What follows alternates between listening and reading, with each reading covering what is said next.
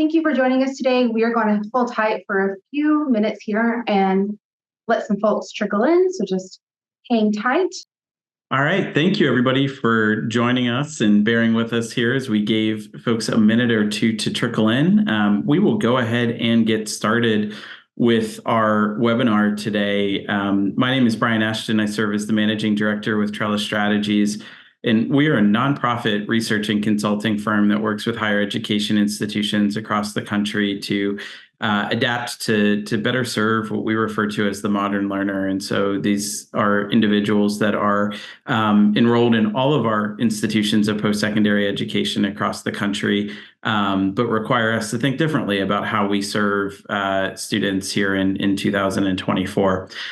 Today, we're presenting on the Fall 2023 Student Financial Wellness Survey results. This is an instrument that Trellis has been administering since 2018. It is free for any institution of higher education to participate in across the country.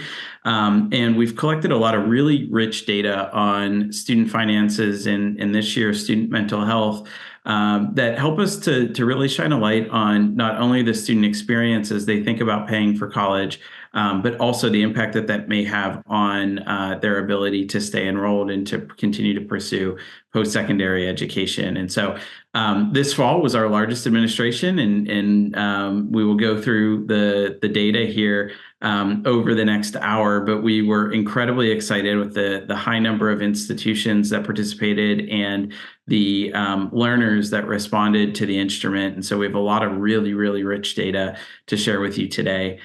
I will say that this report here and the report that we released today is only the beginning. And so what you will see from Trellis over the next few months here is a continued outpouring of briefs on a variety of different topics that allow us to go a little bit deeper into some of the pieces that Carla and Allison will present on today.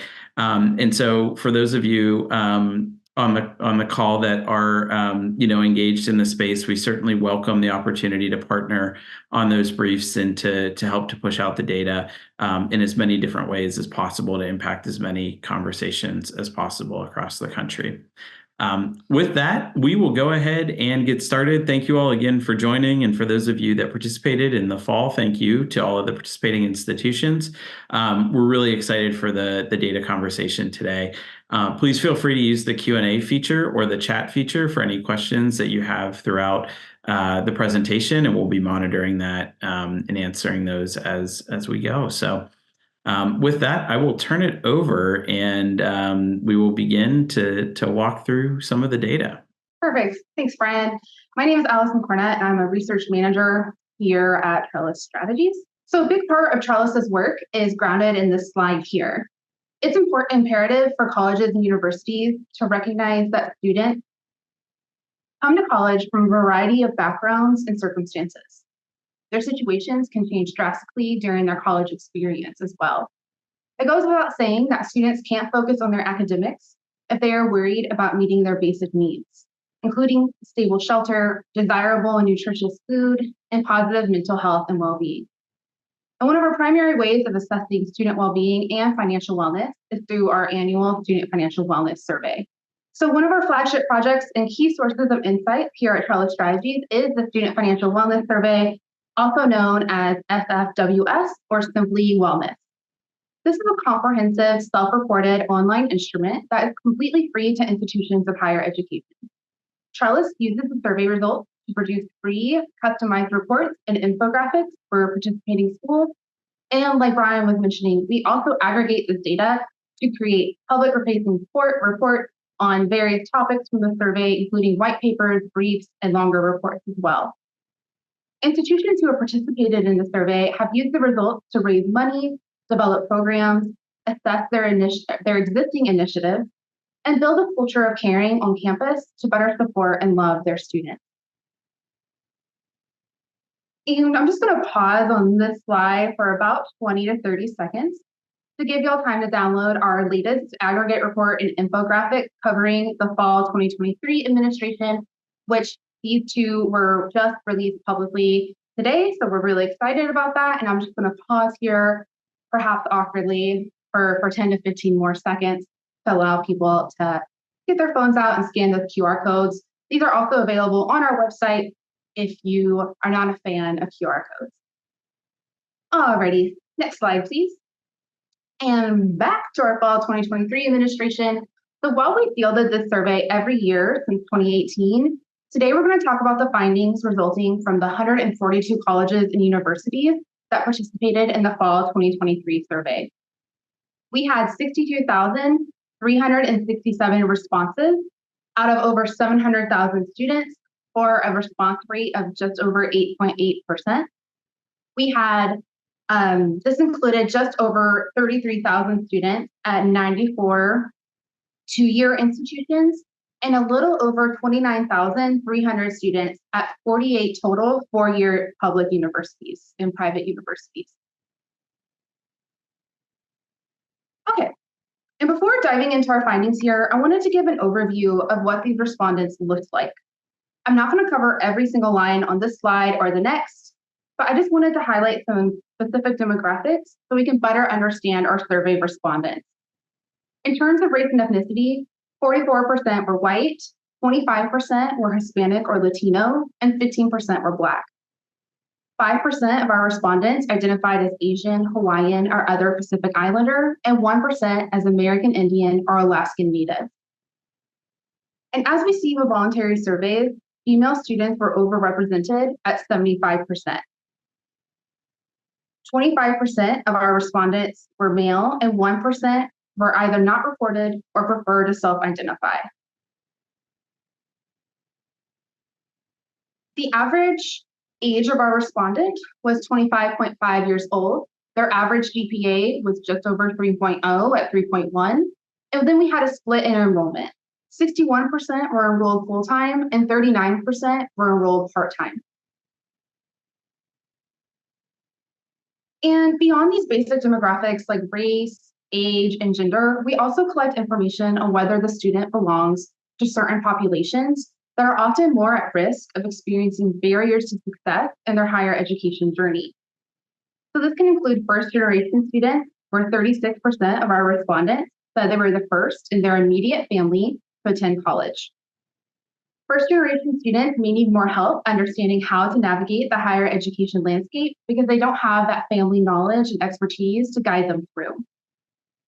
Nearly a quarter of our students, about 21%, said they were a parent to one or more children under the age of 18. These students in particular are more likely to struggle with financial insecurity and basic needs insecurity compared to their peers without children. And then we see 68% of our surveyed students were working for pay while enrolled, either part-time or full-time. Students who work may see themselves as workers first and then as students second. And when that student persona becomes lower in priority, it may become more difficult for that student to focus on academics and persist to graduation. And then 2% of our 2023 respondents identified as a former foster youth. While this is obviously a very small percentage of our overall population, these students often lack the financial means, stability, and support that are required to be successful in college. This translates into fewer than 1 in 10 former foster youth holding a college degree, either from a 2 or 4-year institution. So this is a population that is very vulnerable and needs special attention and supports in order to thrive. And then last but not least, we see that 15% of our respondents identified as LGBTQIA+. This population encounters higher rates of discrimination, social stigma, basic needs insecurity, and mental health challenges compared to their peers. Here's just a quick agenda of what we'll be covering today. So first, I'm going to start by going over our findings related to student well-being, and then Carla is going to cover our related results on student personas, academic disruptions, paying for college and return on investment, and then also provide institutions with instructions on how to participate in our upcoming 2024 survey that we are actively recruiting for right now. So while we'll be covering a lot of data, we encourage you to think of any questions you may have and just pop those in the chat for Q&A after the presentation portion of the webinar. So with that, let's get into it. We know that going to college can be a rewarding and fulfilling experience, but it can also come with many challenges and difficulties. many students face hardships and stressors that affect their academic performance, their mental health, and their basic needs. So in this section, we're going to look first at some key findings on financial security. Then we'll explore some of the data on student well-being in college, focusing on 4 key areas: food security, housing security, homelessness, and mental health. For college students, financial security means having enough funds to comfortably manage educational and living expenses, freedom from overwhelming financial concerns, and the ability to make major life decisions without financial limitations. Unfortunately, we see many college students face financial insecurity and struggle to balance the cost of their education with their cost of living and personal expenses. In the fall 2023 Student Financial Wellness Survey, we saw 56% of our respondents indicate that they would have trouble obtaining $500 in cash or credit in order to meet an unexpected need in the next month. And when an estimated 45% of American adults would not be able to cover a $1,000 emergency cost without turning to credit, this is not a surprising statistic, but further illustrates the financial fragility that is faced by these students. Next slide. Perfect. And when looking at this $500 statistic by certain student groups, we see first-generation parenting students and students in the LGBTQIA+ community all more likely to report difficulty getting this amount of money in cash or credit than their peers.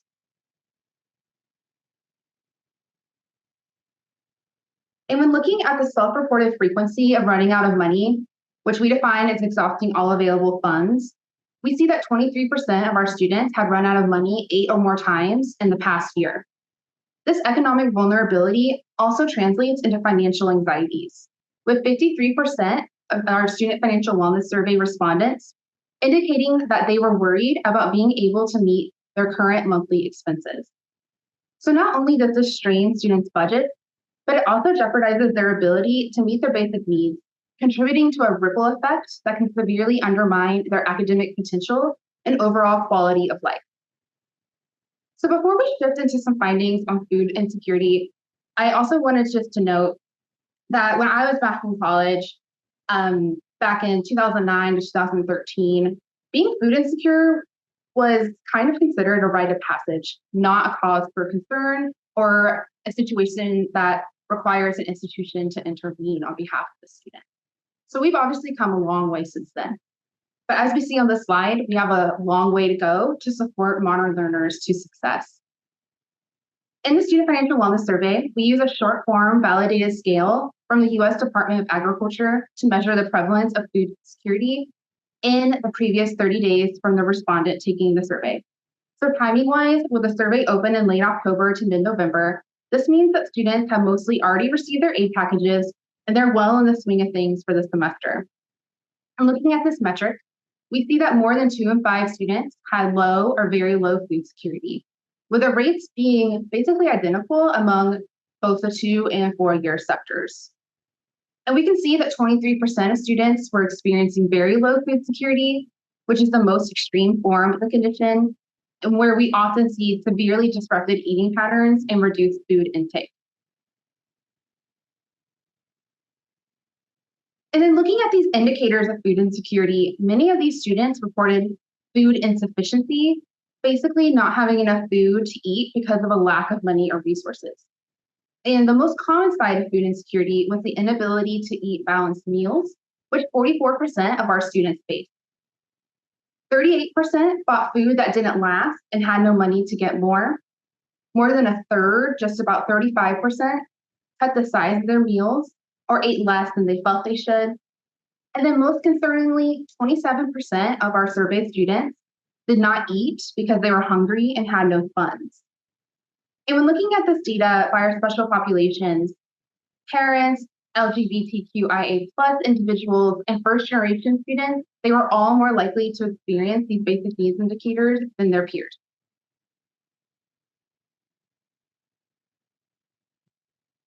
Many colleges have implemented on-campus food pantries or closets to help address this crisis of food insecurity and hunger among their students. These pantries often offer more than just food, such as personal hygiene products, toiletries, diaper banks for parenting students, and personnel who can help students apply to benefit programs such as SNAP and more. And these are a lot more common now. When I was a food insecure student back in 2012, there were just 80 food pantries on college campuses across the country. Today, there are more than 800.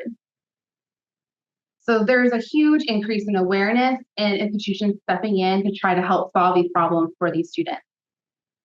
And of the 142 colleges and universities that participated in our fall 2023 survey, 122 had at least one food pantry or closet available to students on their campus. So this translates to just about 86% of our participating institutions offering this valuable resource. However, when we limited our analysis to just the students attending these 122 schools, we found that 53% either did not know of their food pantry on their campus or indicated incorrectly that their school did not have one. And despite these high rates of food insecurity, only 15% of respondents in this top chart here reported visiting a food pantry either off or on campus. And there could be a lot of reasons for this, including stigma, shame, time constraints, and the perception that there's others who may be needier than the student who is in distress. Awareness is obviously a big part of this issue too.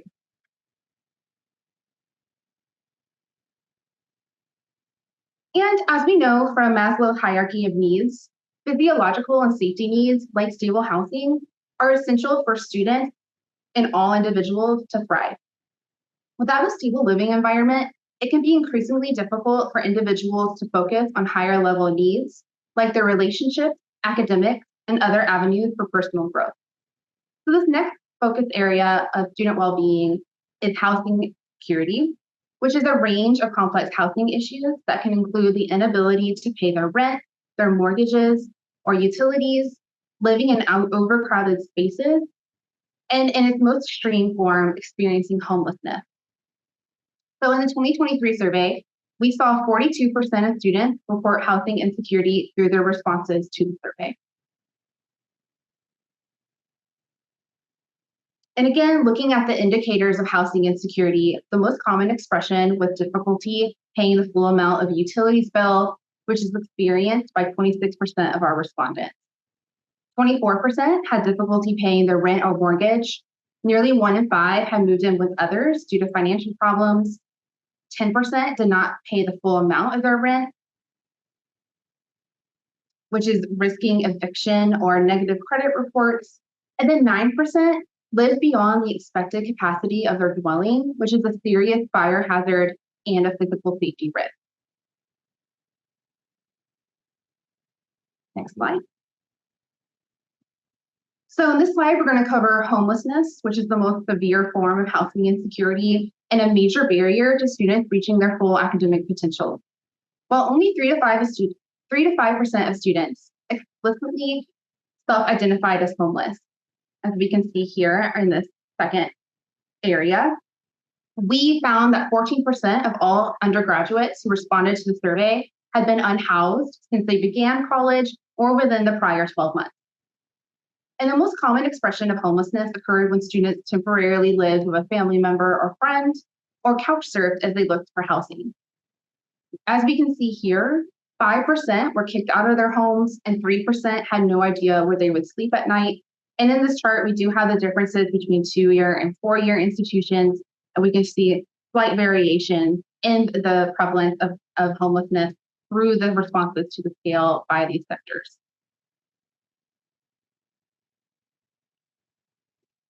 We also see that many college students struggle with one or more forms of basic needs and security at the same time. So in the 2023 implementation, 58% of our surveyed students experienced food insecurity, housing insecurity, or homelessness in the prior 12 months. So this is threatening not only their mental and physical health, but their academics and persistence as well. Additionally, as we can see here, 29% of the students who answered the survey had faced both food and housing insecurity. And overall, 9% had dealt with all 3 forms in the past year. And I do just want to note that our numbers are higher than those found in NIPSAS, but they are in line with other voluntary surveys of college students. And experiencing basic needs and security. Oh, can we go back to the last slide? Thank you. Experiencing basic needs and security is directly associated with a lower GPA, an increased course failure rate, and a longitudinal study revealed that students who experience food insecurity are actually 43% less likely to graduate from college. So these conditions, while being relatively common among our survey respondents in the Student Financial Wellness Survey, these conditions are having far-reaching impacts on these students' lives and future prospects. All right, I'm going to pivot a bit to our next focus area of student well-being. Here at Trellis, we consider mental health to be a fundamental basic need, pivotal to student success and personal welfare. Good mental health is essential for individuals to feel safe, to develop healthy relationships, and a positive sense of self-worth. And when compared to the general adult population of the United States, college students are at higher risk of experiencing mental health concerns, including heightened levels of loneliness, depression, anxiety, and suicidal ideation. And these conditions have long-lasting consequences on these students' lives, including their relationships with loved ones, their cognitive ability, energy levels, and their academic success. So with this in mind, the Student Financial Wellness Survey includes 2 short-form validated scales, which are the PHQ-2 or the Patient Health Questionnaire 2, which measures the frequency of depressed mood. And then we also have the GAD-2, which screens for generalized anxiety disorder. So using these 2 scales, our team found that mental health concerns, just like the food and housing challenges I just covered, were pretty common among our respondents. In the 14 days leading up to the survey, 32% of our respondents reported experiencing symptoms of major depressive disorder, and 43% had experienced anxiety.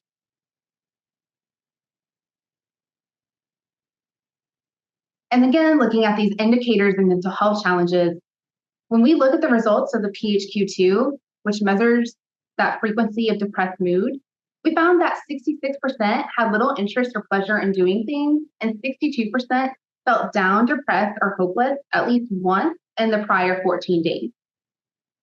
Across the board, anxiety is the most common mental health concern among college students, and we can see that reflected here, where 78% of our students could not stop or control their worrying, and 68% felt nervous, anxious, or on edge at least one day out of the previous 2 weeks.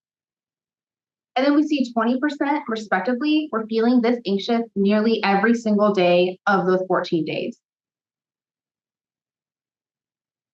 And then this is my last slide where I'll hand it off to Carla.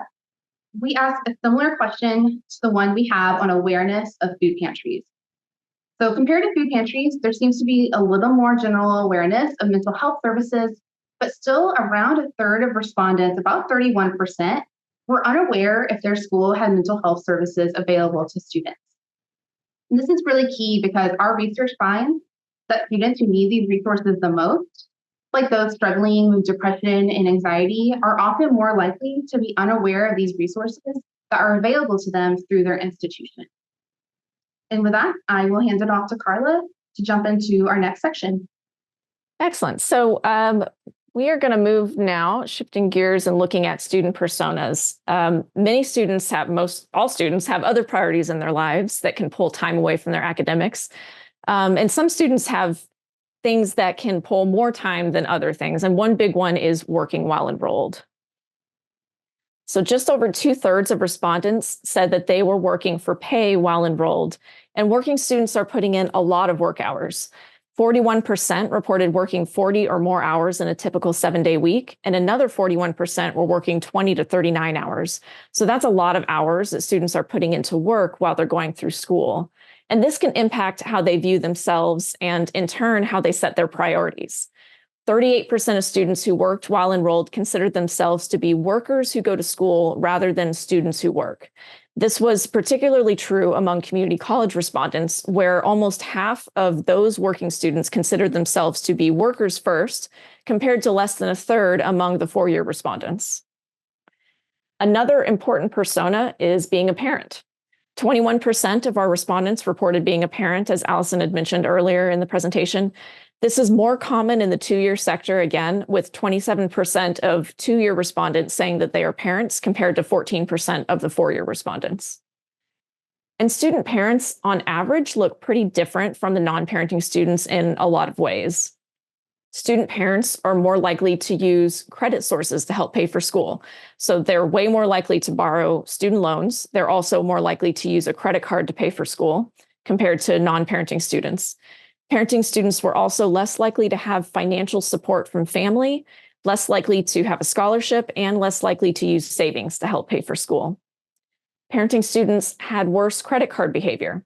They were less likely to say that they always pay their credit card bill on time, and far less likely to say that they fully pay off their credit card balance each month.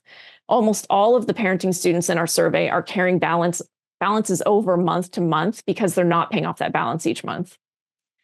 Parenting students are more financially insecure. Higher percentages say that they would have trouble getting $500 in the next month if an emergency situation happened, and that they would not be able to get $500 from any resource in case of a hypothetical emergency.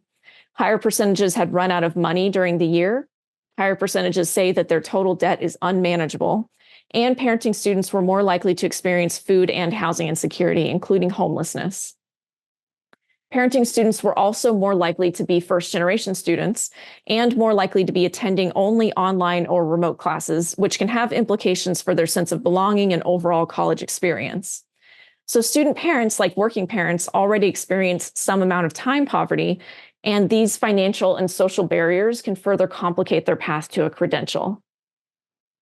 And then briefly here, I just wanted to show some stats on the intersection of working students and parenting students. Parenting students who worked while enrolled were far more likely to consider themselves to be workers going to school rather than students who work. Almost 2/3 of parenting students who worked considered themselves to be workers instead of students, or workers first, over students, compared to just 30% of non-parents who worked. And parenting students also put in way more working hours. About 2/3 of parenting students who worked reported spending 40 or more hours per week at their job, compared to only about 1/3 of the non-parenting students. So you can see from this that a lot of students have these intersecting personas that each demand time and attention. And this time and attention can take away from a student's academics by having less time to study, and also by sometimes impacting their ability to actually attend classes. So we found in the data that 1/4 of respondents who worked said that they had missed at least one day of class in the prior semester due to scheduling conflicts with their job. We see larger impacts among the students who consider themselves to be workers who go to school. 30% of those students said they had missed some class due to scheduling conflicts, compared to 22% of those who consider themselves to be students who work. So you can really see the prioritization here. Those students who were choosing working over school in the cases where the schedules conflicted, and that was more often in the case where they considered themselves to be workers first rather than students first. We also see this issue with childcare. Almost 1/4 of parenting students reported missing at least one day of class in the prior semester due to a lack of childcare. Parenting students were also asked about what the impact would be if they were to lose their current childcare arrangement.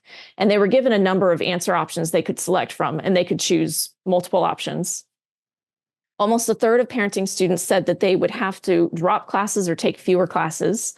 38% said they would have less time for their academics, and 29% said they felt like they would get worse grades. 1/4 of parenting students said they would be less likely to enroll in school in the next semester. So these are serious consequences for these students. Many feel they may not be able to continue their education at all, or if they do, they'll be going at a slower pace, and they would have less time for studying and probably make worse grades. That's how they are feeling that it would impact them, and those are some very serious consequences. Reliable transportation is also a critical component of this conversation. Most of the survey respondents reported having a vehicle, 75%. Among that 75%, 19% of them said that their car was either not at all reliable or only somewhat reliable. And this can impact a student's academics in many ways. An unreliable car is likely to increase the financial burden for that student, as they have to pay for repairs or alternative transportation. And of course, it impedes them actually getting to class. Across all survey respondents, not just those with cars, 13% said that they had missed class always, often, or sometimes due to a lack of reliable transportation. So this could be that unreliable car, it could be public transportation, it could be ride sharing, any way that a student makes it to campus for class. 13% are not making it at least sometimes because of transportation issues. And then back to looking at those students who had cars, a quarter of those students said that parking is never, rarely, or only sometimes available on campus when needed. But this varies really widely by sector. 44% of respondents at four-year schools reported having trouble finding parking at least sometimes, compared to just 8% of respondents at two-year schools. So this is a four-year school issue for the most part. Most respondents reported experiencing financial difficulties or challenges while in college. Just over 2/3 in the two-year sector and almost 3/4 in the four-year sector said that they had experienced challenges while in school. Among the respondents who said yes to that question, that they had experienced challenges, almost half of them across both sectors said that they had difficulty concentrating on their schoolwork because of their financial situation. So separate from missing classes due to scheduling conflicts at work, lack of childcare, transportation issues, students are also having trouble focusing on their schoolwork when they're having to worry about their financial situation. This speaks directly to Maslow's hierarchy, that students can't fully focus on their future and self-betterment when they're struggling in their present situation. And then lastly, to wrap up the data, I just wanted to briefly cover some of the results on a few other topics from the survey. So we'll start with paying for college. The chart on this slide uses various, or shows the various sources that students report using to pay for college, and it's organized into groups by type of resource.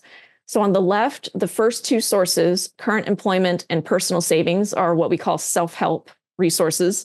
Both of these are very commonly used among respondents, with more than half saying that they used income from their current employment, and half of two-year respondents and 60% of four-year respondents saying they use personal savings. The next group is family support. This includes general financial support from family to pay for school and student loans that the parents take out. And both of these are more common in the four-year sector. Just over half of four-year respondents said they had financial help from family, and 16% said that their parents had taken out student loans for them.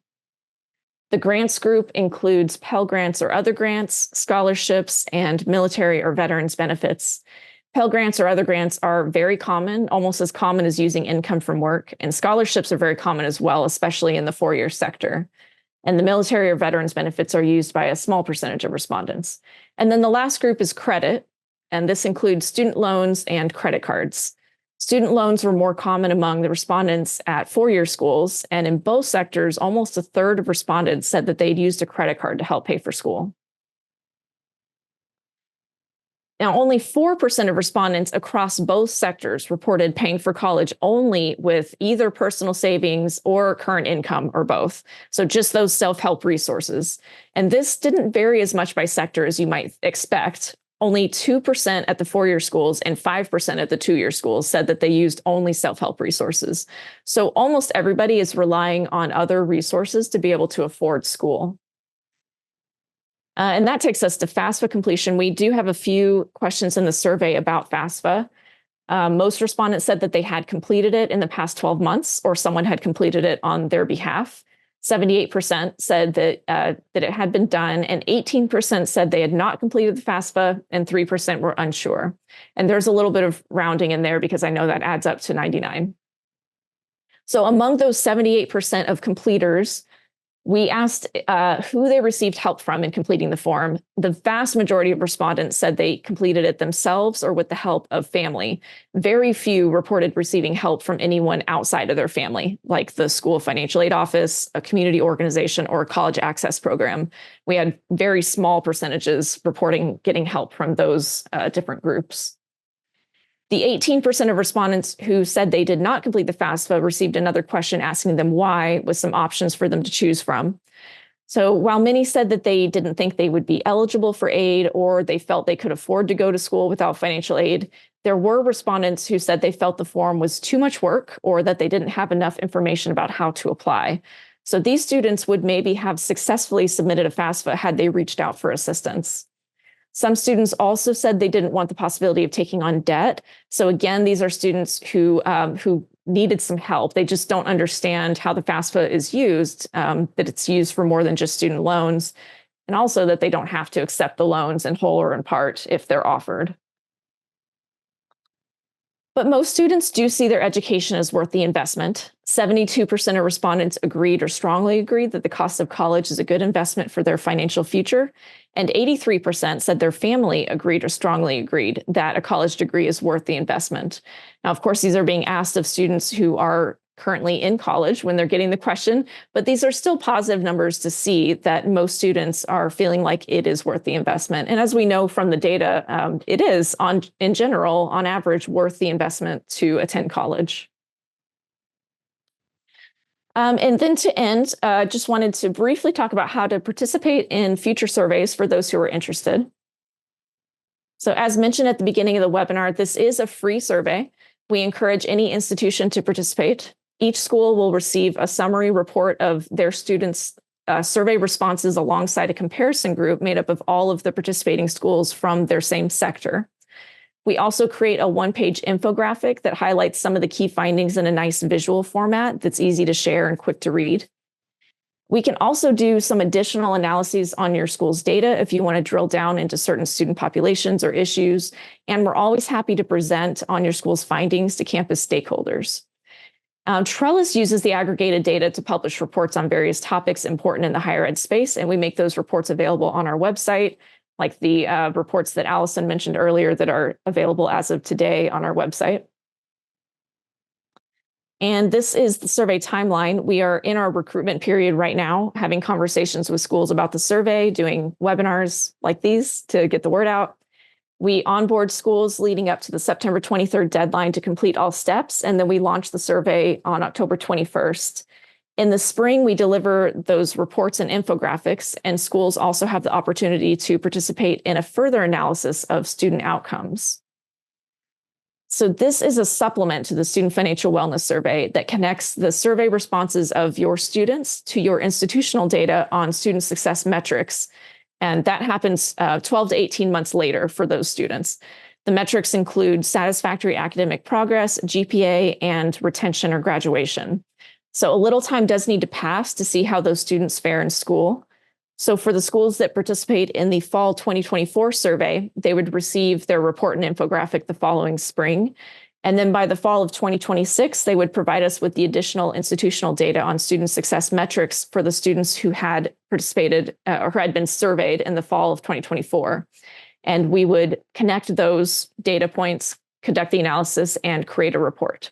So it's just another benefit of participating in the Student Financial Wellness Survey. You can learn more by going to trellisstrategies.org/SFWS to get information about the survey.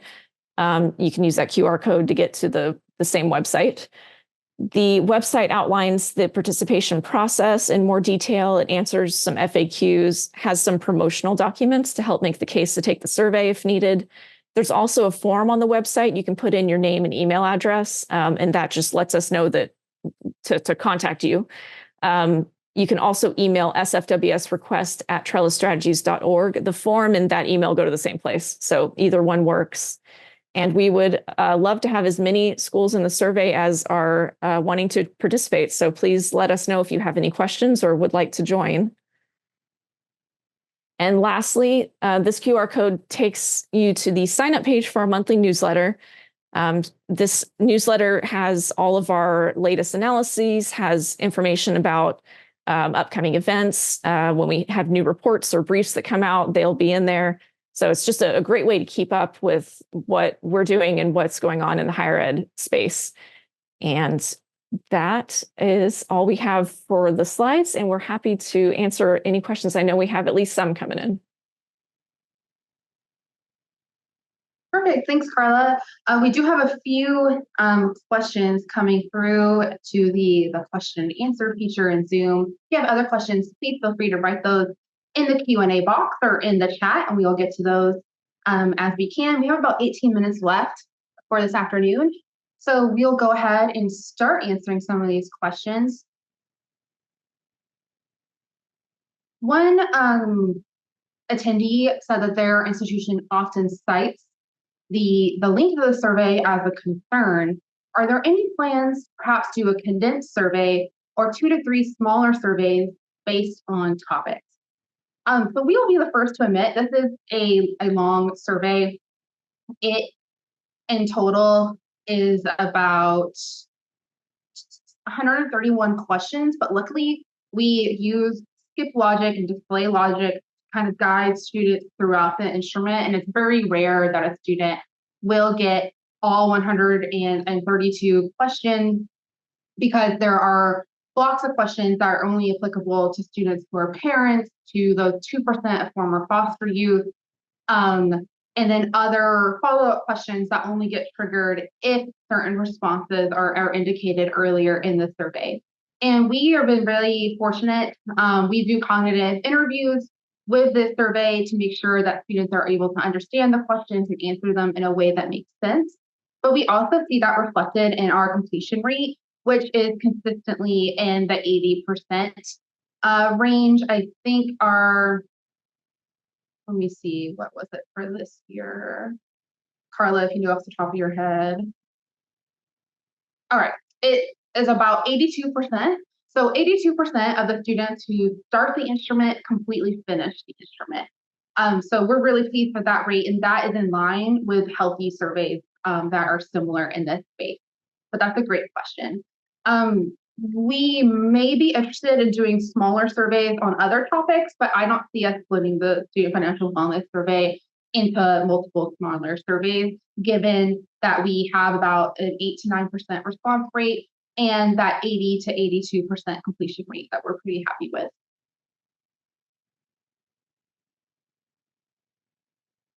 All right, another question that's come in is approximately how much time, let me see, I'm gonna click to answer live. Approximately how much time does it take to complete the survey? We track that as well. And consistently we see that it takes about 14 to 15 minutes for students to make it all the way through the instrument, from the informed consent field all the way to that 130-second question that we have. It does vary by sector. So for our 4-year students, it takes a median time of 14 minutes. And then for our 2-year students at 2-year institutions, it's about 15 minutes total.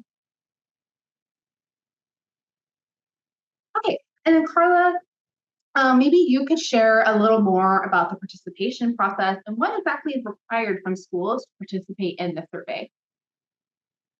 Absolutely. So we do try to make the lift as light as we can, but what we need from institutions is a commitment letter that basically just lets us know that you are interested, your management is aware, and it also has information about the IRB. So we go through IRB with every institution.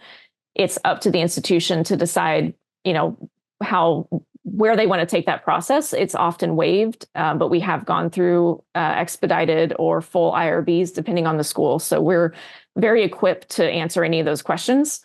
And then we also have a data request that we get from institutions in order to send out the survey. It has the student name. We need we really want the first name, so we can put that in the email. It helps with the completion. And then their email address. And then we also ask for a few demographic variables like age, race, how many credits they've completed, and how many credits they're enrolled in for the fall, which we use to determine if they're full-time or part-time and what class year that they're in. And those are used to do tests for representativeness, so we can see how those who responded to the survey are different from those who did not respond to the survey. And that goes into your report. And then we also ask that the schools send at least one ping to the students who have not responded to the survey about halfway through, and we provide you with the list of those students to ping. But for the most part, all of the survey goes out through our Qualtrics, and we do the reminders through that as well. But we do ask that the schools just sort of give a heads up and do that midway ping to help with the response rates. But that I think is pretty much all of the steps that we need from the school. So we do try to keep the lift as light as possible. Great. And if anyone has further questions on steps to participate, please head to our website, trellisstrategies.org/SFWS, or reach out to Carla directly. There's also, I think, a dedicated email to the Student Financial Wellness Survey request. SFWS request at trellisstrategies.org. Yep. Yep. Trying to keep it easy, folks. A few more questions here. We have about 13 minutes left, so I'm just trying to get through these questions. And we have one on the outcomes analysis. I'm going to toss over to you, Carla. Is the outcome analysis on student success metrics 12 to 18 months later, is that available to schools who participated in the 2023 survey? And if so, is there a cost for those schools? It is available to those who participated in 2023.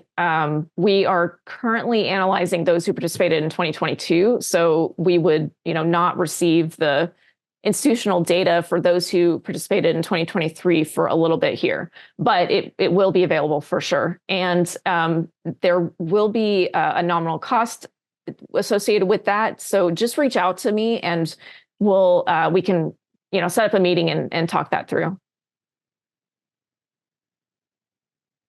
Perfect. And I'm just going to put Carla's email in the chat. I can type it without a typo. All right. Okay, let's see. Some more questions. This is great. Okay. We have one participant asking if we will be sending out the link for this recording once it's ready. Their institution has tried to be a part of the survey in the past, but they have not been ultimately successful. And I'm hoping that they are hoping that their upper management can watch this and realize how important it is to participate. And yes, I do believe that this recording will be available. We usually send out all of our recordings a week or so after the webinar, just to give us some time to clean it up on our end. But that should be available, and you should receive an email when that recording is ready. Okay, let's see here. Just making sure I don't want to miss anyone's questions. Okay, one attendee asks, is the data divided by private and public universities? Yes, but in the data that we were sharing today through this presentation, we combined all of the 4 years into one group, just to keep it a little bit less cluttered for the presentation itself. Also, we do have a lot more community colleges in the survey than four-year schools. So when we do break it out by sector, we often do a 2-year and a 4-year, just because the numbers in the 4-year get even smaller once we break it down. But we do have that information, so we can, look at those specific sectors separately in certain cases. Okay, perfect. In a similar question, an attendee asks, what is the background of the participating institutions? Are they R1, R2, or disadvantaged institutions? Mm-hmm. Yeah, and they are mostly, I guess we would perhaps say, I don't know if we'd say disadvantaged, but we're not generally getting R1 institutions in the survey. So these are institutions who are maybe needing to address some challenges on their campus with issues that their students are facing, and that's why they're reaching out to voluntarily participate in the survey. So I think that's why we see some of the differences that we see between us and NIPSAS, which is a nationally representative sample, and so they are getting all kinds of institutions in their survey because that's not voluntary. So yeah, I think we lean more towards that sort of disadvantaged institution space.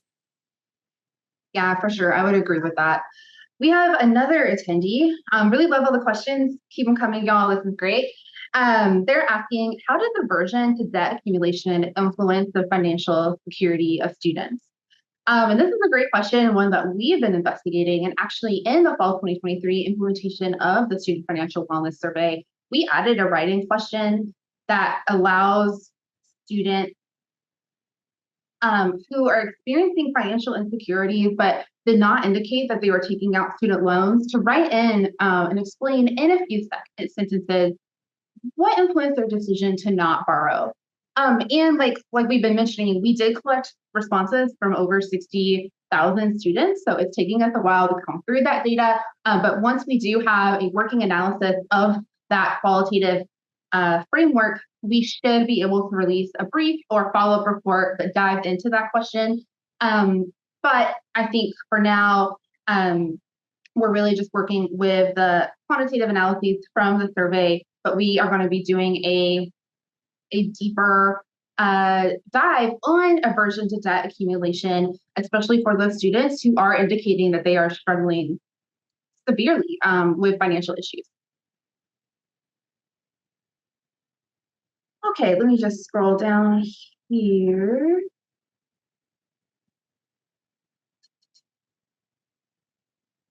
Okay, someone's asking if we update the survey questions each year, and if so, can we share a little bit about that process? I can take a first attempt at this, and then Carla can kind of patch in anything I might miss. So I handle the updating of the survey instrument each year. I lead that process for our team, and we basically take a critical eye at the instrument and try to examine a few different components. One, we want to make sure that we're asking timely and relevant questions, especially for questions we have been doing the survey since 2018.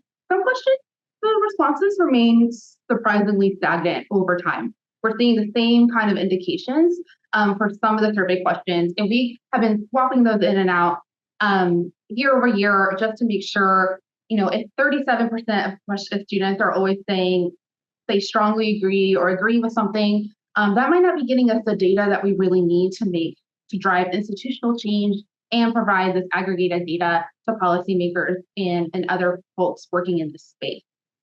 We also try to be timely and topical. So during the COVID-19 pandemic, we added questions related to the COVID-19 pandemic and access to technology and stress. We know that March to May of 2020 was an extremely stressful period for students. So we do try to do timely questions. This year, maybe not surprisingly, we added some questions related to the 2024 FAFSA challenges. So really looking forward to getting insights from the students in their own voices on that kind of aspect of the higher education landscape for this year. But basically that's our process. We go through, we try to limit questions that may be having the same results year over year. And then we also try to swap in some topical questions.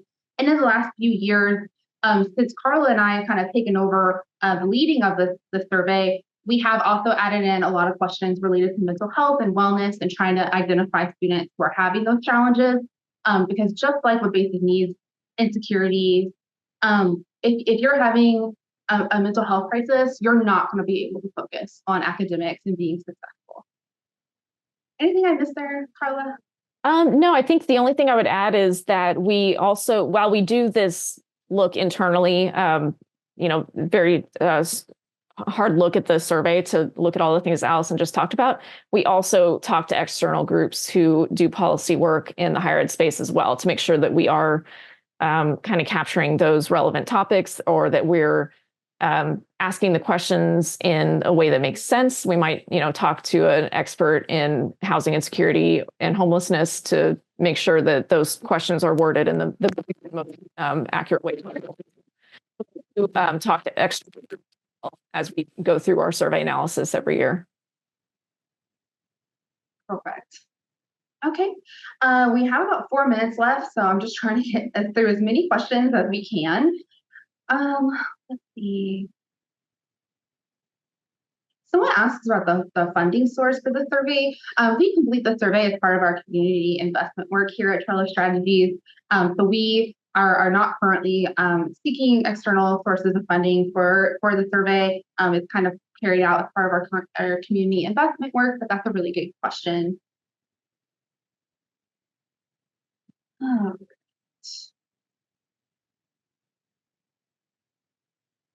I think I've answered most of these questions. We have about 4 minutes left. We have a handful of questions to get through. So thanks everyone for hanging out with us. Someone asked if we can isolate specialized student populations like veteran undergraduate students. Yes, yeah, that one specifically, yes. We do have a question asking if they are a veteran or in the military. So anything that's in the survey, we could do additional analyses for a school and isolate, responses to the survey questions for that specific student characteristic. Okay, let's see here. Someone asks if we have any demographic data on the leadership at the financial wellness institutions. I think that's asking for the leadership at the participating institution for the student financial wellness survey. Yeah, that is a great question. And I wish Abby was on the call because I think she could answer that like really well. But I do not know. I guess the first thing that comes to mind is where in the institution do we talk with people? And we often talk with people in IR offices or enrollment management, or if they have specific student wellness departments or areas, that will also often be a point of contact for us. But in terms of demographics, I'm not sure. Yeah, and Abby, who Carla mentioned, is our recruitment coordinator for the Student Financial Wellness Survey. She wasn't able to join us today, but she would be your primary point of contact for any institutions who are interested in participating. And she will be with you throughout the entire process, from the submitting the maybe interest form or our website, or directly reaching out to us, all the way to uploading your data. Abby is kind of there every step of the way to help make the onboarding process as easy and smooth as possible. Okay, one more question here, and then we're going to wrap it up. This has been so great. Thank you, everyone, for your engagement and your questions. And wanted to ask, does the survey cover questions on dining plan expenses as part of financial concerns for students? We ask a series of questions for students about if they feel like their institution makes certain things more affordable, and one of those things is food. And so that's, I think, about as close as we get to dining plan expenses in the survey. And that varies a lot, I think, by school, but in a lot of cases, students are selecting the not applicable option at community colleges. So we often see kind of lower percentages on the agree or disagree part of that, because maybe it's just not relevant for students in some of their situations. But we do ask that. And so it is, if, participating schools can look at their reports and look in the frequencies to find that information. Alrighty, well, we are right at the top of the hour. It is 3 p.m. Central here in Texas. So we are going to go ahead and wrap up for today. I wanted to thank everyone for taking the time out of their busy schedule to come together and learn more about the financial wellness of the 60,000 plus modern learners who were in the Fall 2023 Student Financial Wellness Survey. I wanted to thank Carla and Brian as well for joining today and helping share this really important data about our most vulnerable students. I also dropped Carla's email in the chat for those who are interested in participating in the Fall 2024 upcoming implementation of the survey. And just wanted to thank everyone for their time today. And I hope everyone has a really great rest of their day. Thanks so much. Thank you.